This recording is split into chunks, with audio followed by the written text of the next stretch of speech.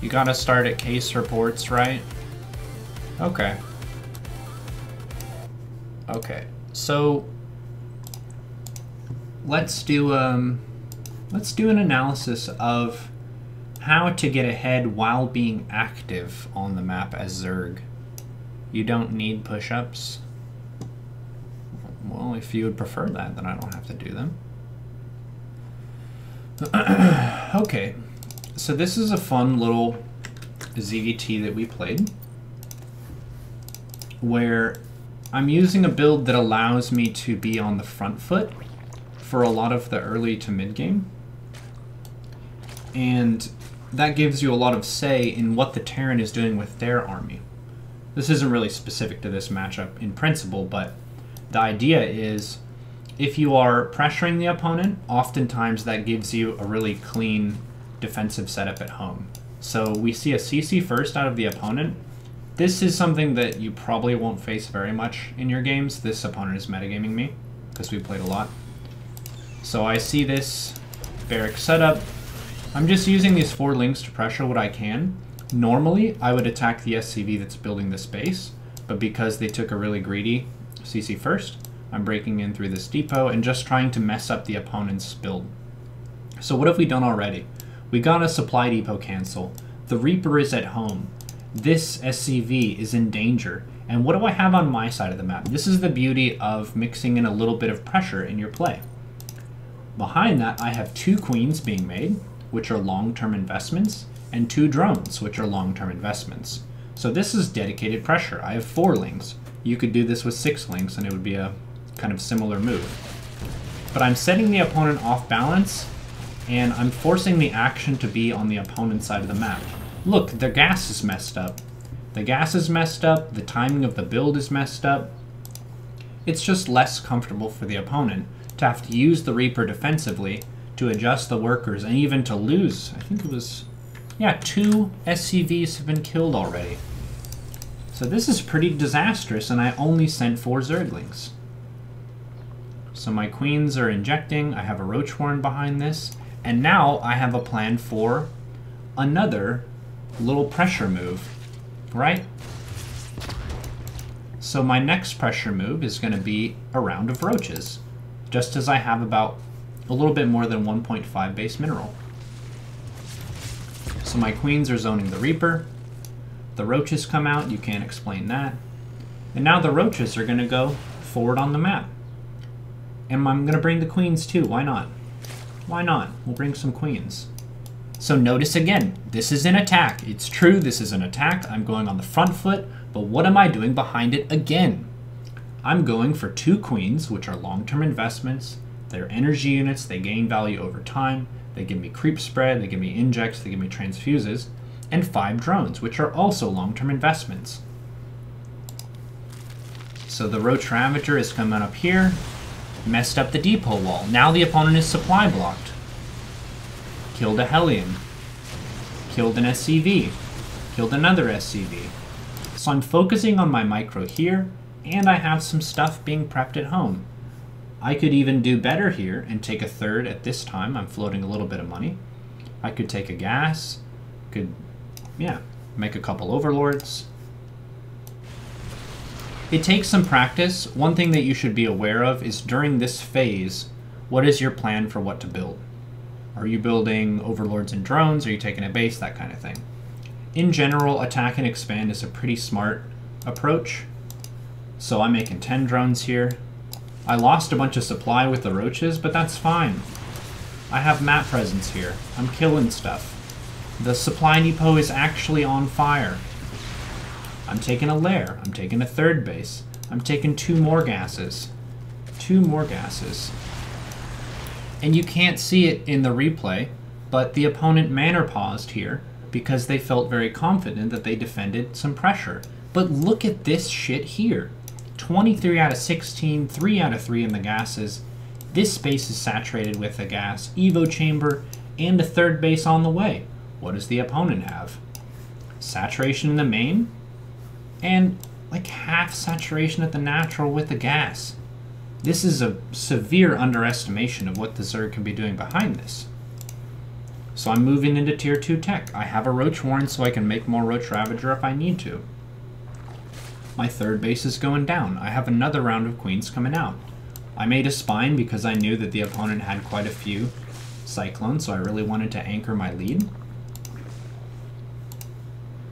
Third base is about to finish. With this Overlord, I saw the Reaper here. That's the reason I took the base here. In most cases, I would take the expansion at this location. But this was an exception because I saw the Reaper with my Overlord.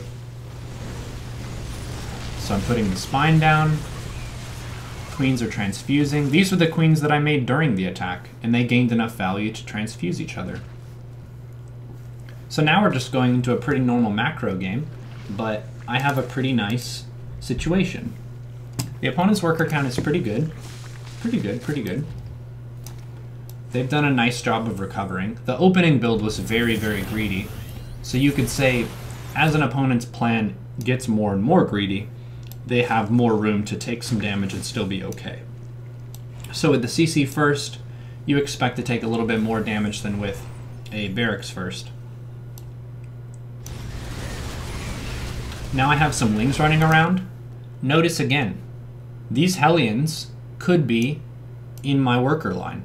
They could be harassing me. They could be on the front foot, but I'm on the front foot. I'm saying, no, you chase my Lings in your base. Look, there are Lings in your base. Your Hellions, they need to be defending some stuff. He's trying to do a run by. Is he going to do it? Or is he going to drive home? He's just distracted. These Hellions. Okay, now they get to go in. Lo and behold, though, Ravagers take a big chunk off. And now it's only 2. So we're just in command of the situation here, and he's just running about trying to clean up all the bugs in his base. He gets to play whack-a-mole. So now I have the worker lead, I have the supply lead, I have the base lead.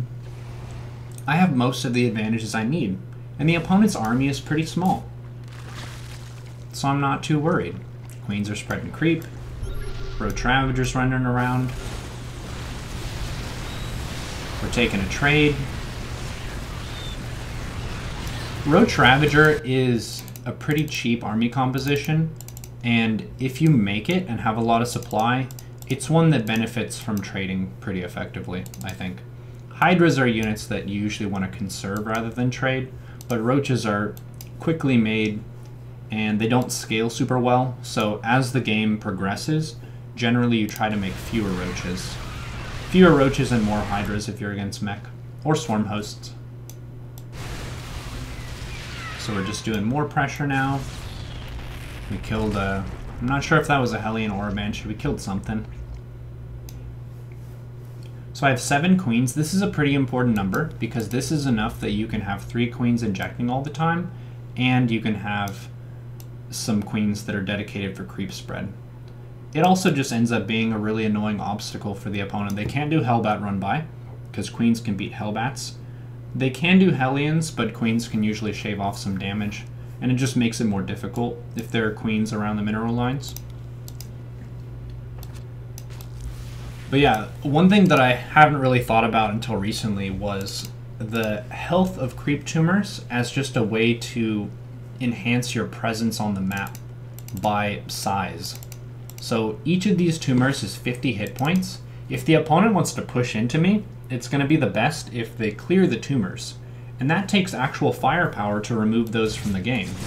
So the more you have creep tumors on the map, the more of a buffer you have before they can actually pressure your bases and your drones with their main army. I made 5 mutas here. This is a really nice piece to just put in the game that doesn't overcommit you to mutas in any capacity. It's just 500 gas, 500 minerals, but this can one-hit workers, and it really punishes when they cut some corners with their turrets and stuff. So like this turret can do nothing about me killing this refinery. The opponent needs a Thor to deal with that. Where are the Thors? There are no Thors because I killed them with the Roach Ravager attack. So they just have to huddle around the turret, not mining from here. And yeah, it's 5 mutas, which is small, but it's annoying. And isn't that the responsibility of us as the StarCraft opponent? To really press all of those openings that the opponent gives us, like this depot. is some low-hanging fruit. Pull the mutas back, these heal pretty fast over time. Hitting these tanks, that's annoying. Oh my goodness, they killed a tank. Wow. Now there's a Thor. Great. So yeah, we're just very in command of the situation, which is great. Very nice. My drone count is low here. This is a bit of a mistake on my part. But I'm maxed, so it does net a certain advantage in that I have tons of army value right now. My army is going to be really strong. So 4th base is going down.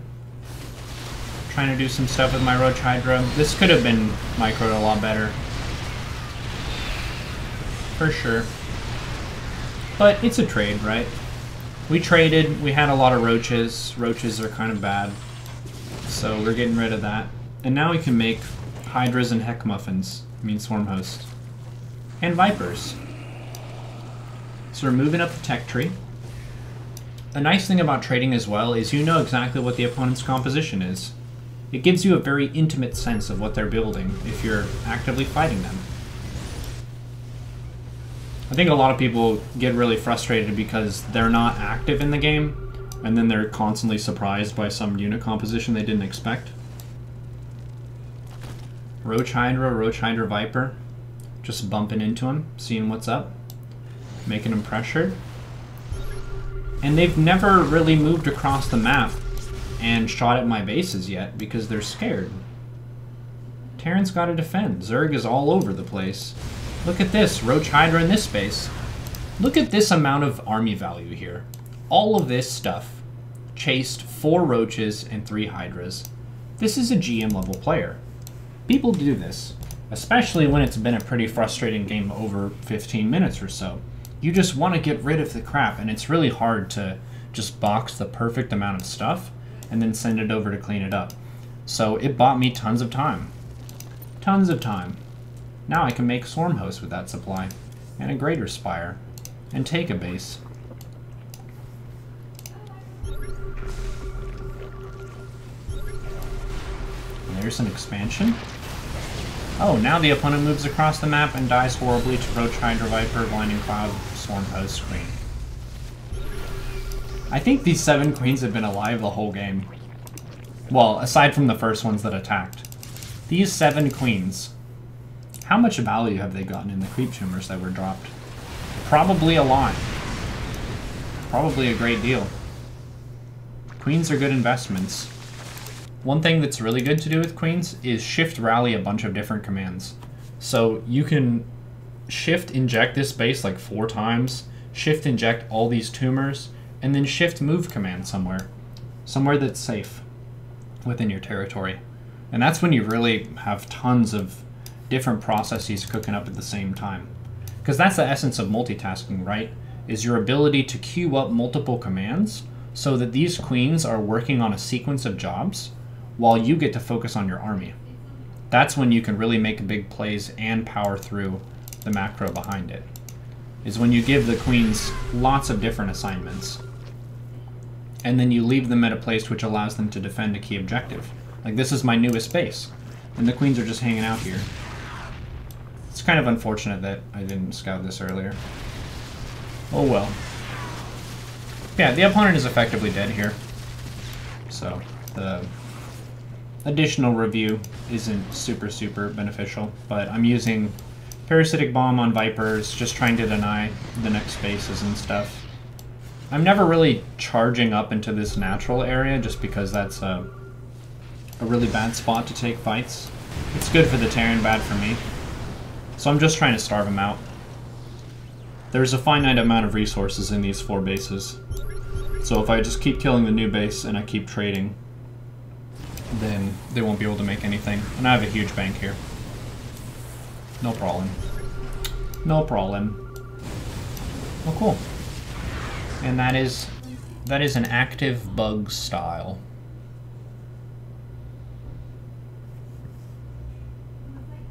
Using the bugs to strike at